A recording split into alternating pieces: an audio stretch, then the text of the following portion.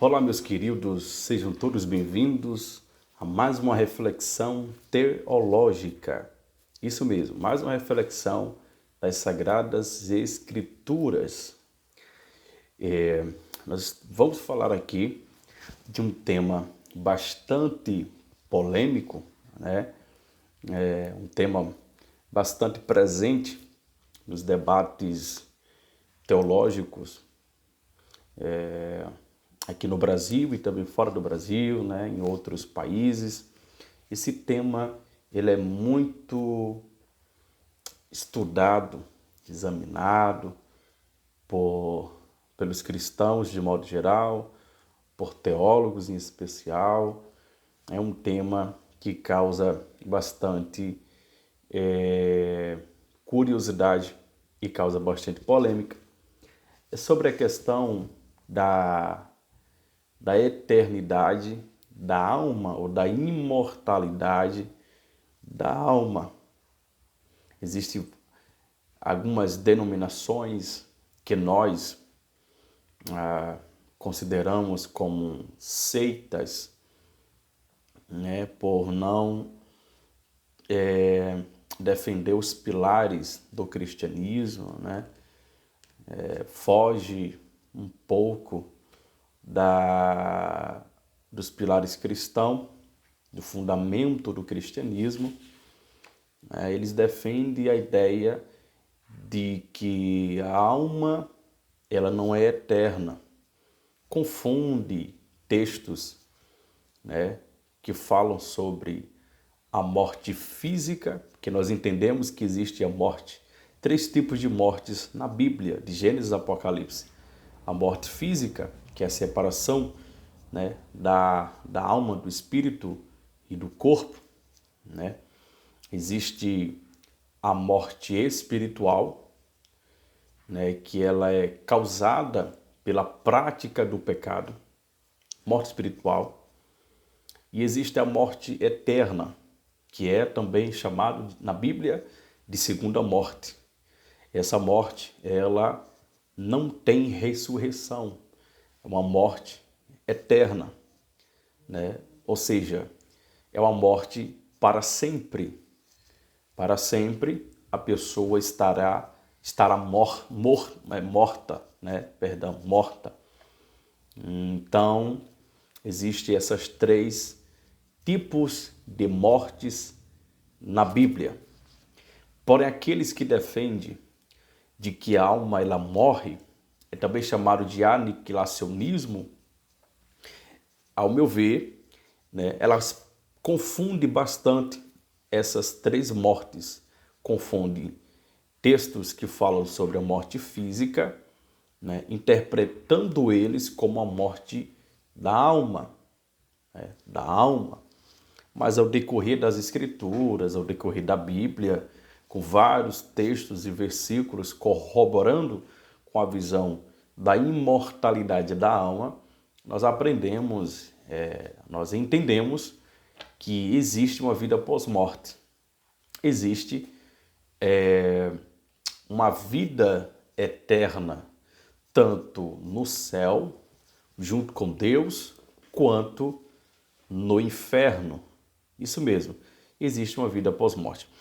Eu quero aqui citar poucos versículos, porque para o vídeo não ficar muito longo, né? Muito longo, poucos versículos. Eu quero aqui citar poucos versículos.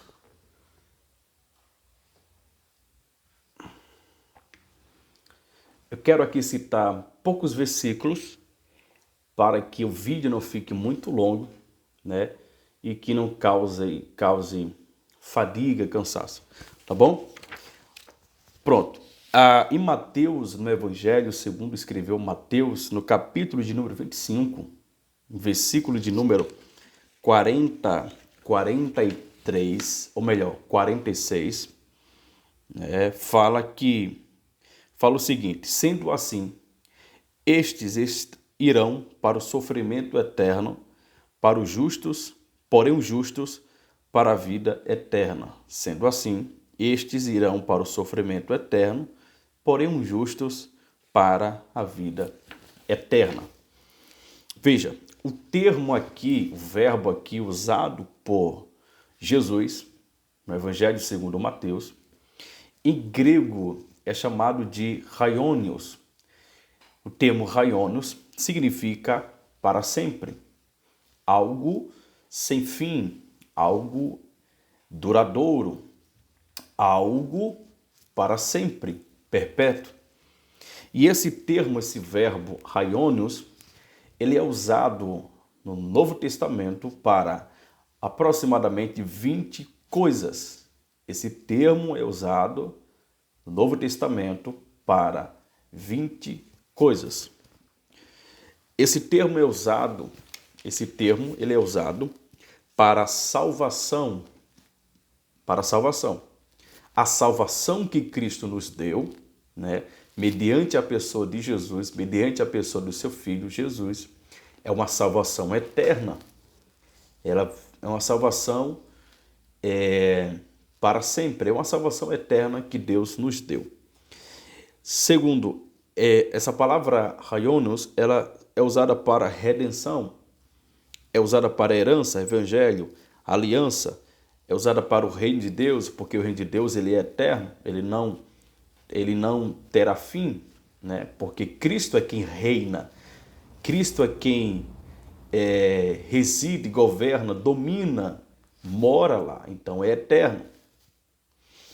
É usado para honra e poder, consolação, glória, é usado para coisas que não se veem, habitações, destruição, julgamento, condenação, fogo. Ou seja, esse termo ele é aplicado para várias coisas, para várias situações. Dentre essas 20 coisas ao qual o termo ele é aplicado também para Deus. É usado também para Deus. Porque, evidentemente, se o reino de Deus é eterno, logo Deus também ele é eterno. Deus ele é eterno.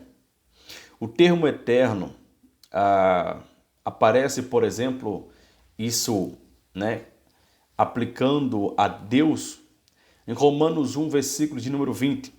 Paulo diz: pois desde a criação do mundo, os atributos invisíveis de Deus, seu eterno poder e sua natureza divina, têm sido observados claramente, podendo ser compreendido por intermédio de tudo que foi criado, de maneira que tais pessoas são indesculpáveis. Aqui, o apóstolo Paulo, inspirado pelo Espírito Santo, ele está claramente aqui afirmando a eternidade de Deus. E o interessante é que no Antigo Testamento, né, Deus ele era conhecido como El Olam. El Olam. El Olam significa que Deus ele é eterno. Significa que Deus ele é eterno. Não tem começo, não tem fim. Deus ele é eterno. Olam é traduzido como sempre 272 vezes. Para sempre e para sempre 15 vezes.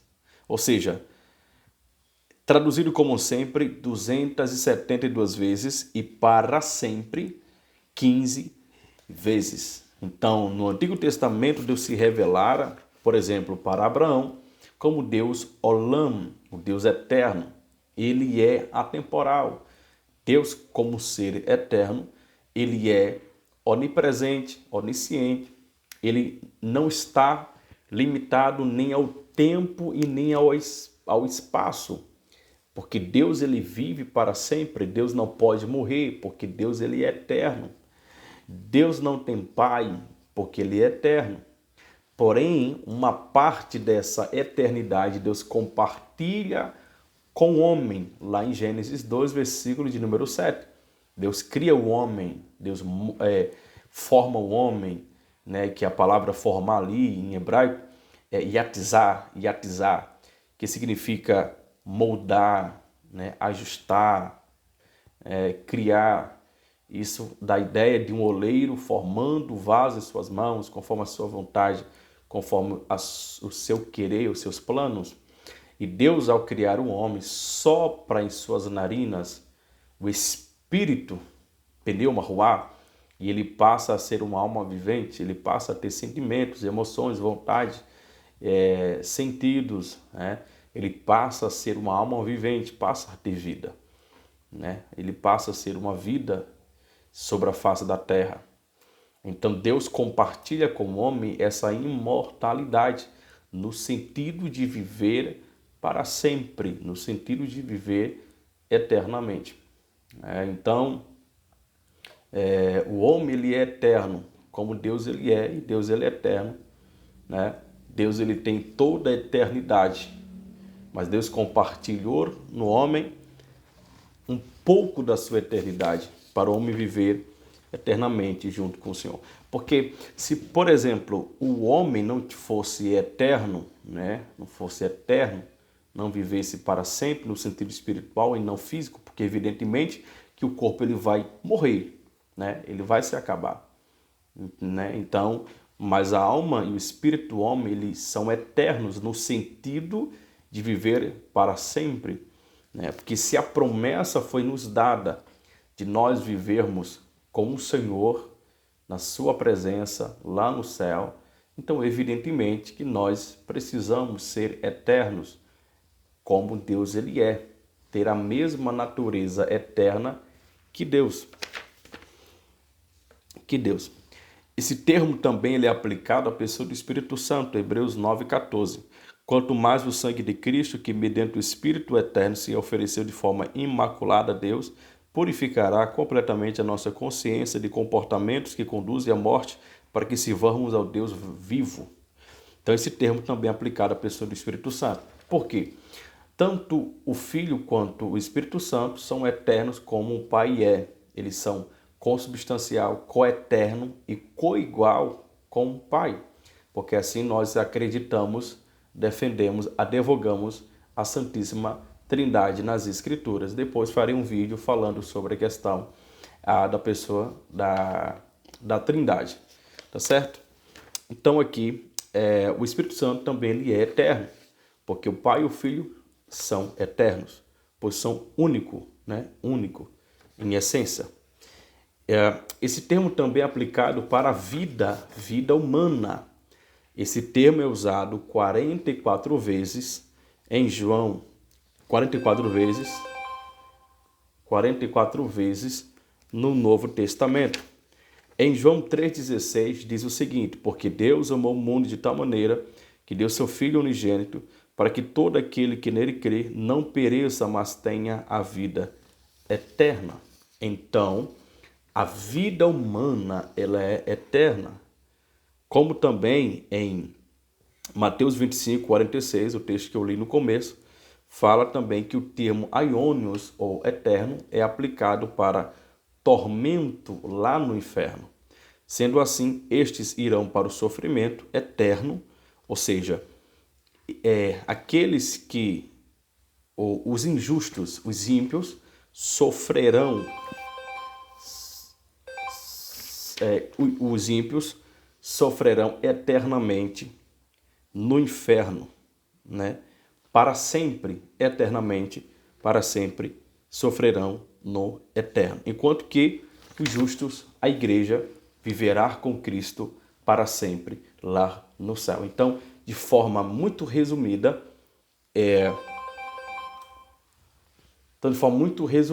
estou lhe mostrando com base na Bíblia, com base na palavra do Senhor, em poucos versículos, que a palavra eterno, ou melhor, a palavra raionios, que significa eterno, significa para sempre.